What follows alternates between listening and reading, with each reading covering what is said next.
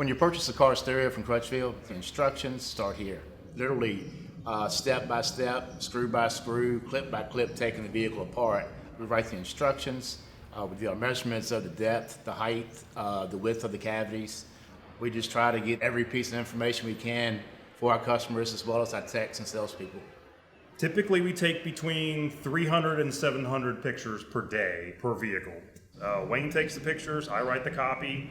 It's proofed several times by multiple people so that we know we've got it perfect. And all this information is put into our database so that online people can find what fits their vehicle or what doesn't, and then be able to make a purchase without having to worry about it and get photo by photo, screw by screw disassembly instructions.